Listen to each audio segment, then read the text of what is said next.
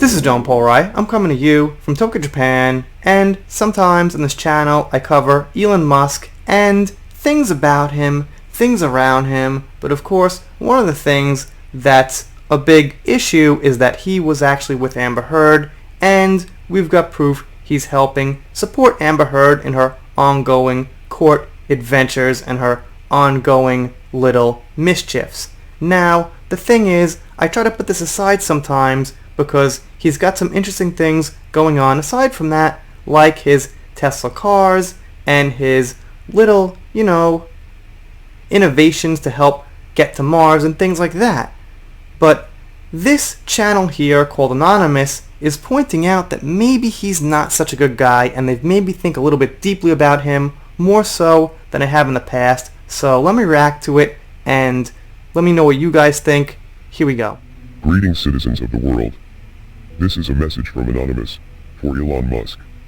For the past several years you have enjoyed one of the most favorable reputations of anyone in the billionaire class, because you have tapped into the desire that many of us have to live in a world with electric cars and space exploration.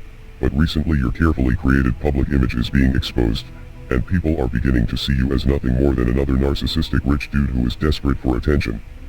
It appears that your quest to save the world is more rooted in a superiority and savior complex than it is in actual concern for humanity. So they're saying that, his innovations and his passion to get to Mars and transform transportation to be more electric is more of an illusion and not a realistic goal that's going to come up soon, more to boost his reputation, personality, things like that, which is a possibility. Let's keep listening. This has been obvious to your employees for a long time, who have faced intolerable conditions under your command for years. It is also obvious to the young children working in your overseas lithium mines, which are destroying the local environment as well. You have been open about your willingness to stage coups in order to install dictators in places where your toxic products are being mined. You have even prematurely crowned yourself Emperor of Mars, a place where you will be sending people to die. Your fanboys overlook these issues because they are focused on the potential good that your projects can bring to the world, but you are not the only show in town, and your competition is growing more intense with each passing day. There are plenty of other companies working on space exploration and electric vehicles. You are just the only CEO who has gained a cult following through shitposting and trolling the world on social media. Many people are now learning that the vast majority of Tesla's income doesn't actually come from selling cars. It comes from government subsidies, selling carbon tax credits for your innovation with clean energy. So this is interesting because I've always thought that there must have been some other way that Musk was getting money and getting to this super rich status besides selling cars, because generally selling cars isn't what gets you to be like the third richest person in the world, because how many other CEOs who sell cars have you heard getting super rich, super billionaire to that level of hundreds of billions? I have never, actually. I'm sure they're well-to-do. I'm sure they're high on the list.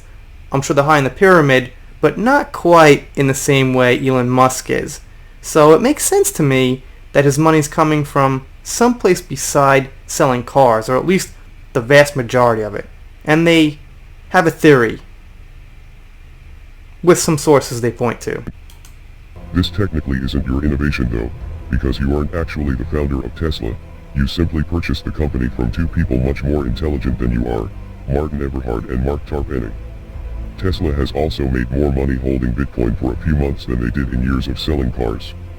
It is also more than likely that this Bitcoin was purchased with money from these government subsidies.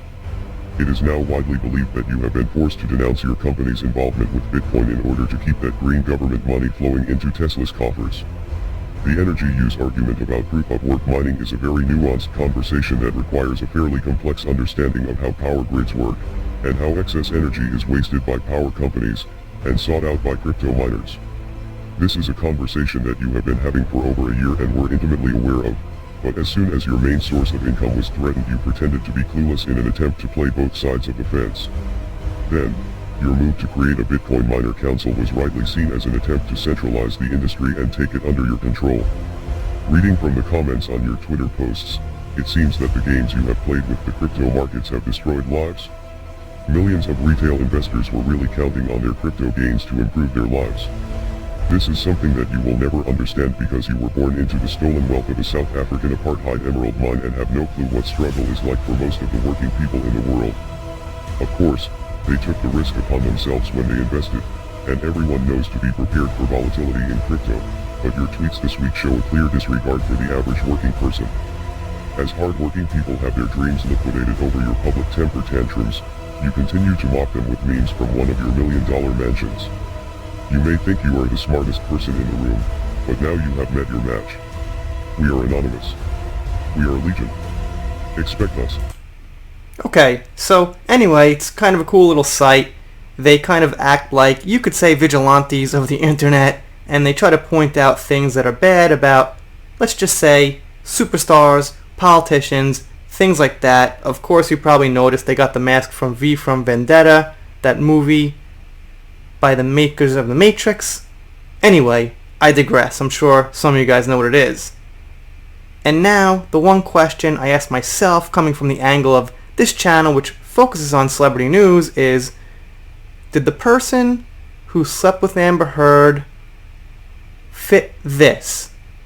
A guy who made his money not quite how he said he did, getting attention on Twitter, being a little narcissistic? Or does the person who slept with Amber Heard fit this bill? An intelligent, scientific guy who works hard, who's actually trying to make progress for the world, the environment, and getting to Mars. And the guy I think fits better with Amber Heard is the guy who didn't quite be totally honest the whole time. However, that's my speculation. As of right now, I'm just thinking of him a little bit more deeply. I'm not going to take everything I see pointed out to me from news headlines as face value, as, actual fact, because they don't get into context here. They just point out the headlines. But like I said, it gets me thinking more.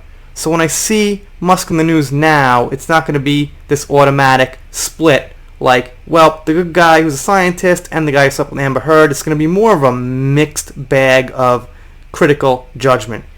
You guys, of course, let me know what you think down below. Quick shout out to Mary Lynn, who sent me this little video clip. Thank you. Consider subscribing here. I'm doing celebrity news, pop culture, Meghan Markle, Marilyn Manson, a little bit of Muskie here. And if you don't subscribe, I'll be pretty sad, but I'll get over it. See you next time.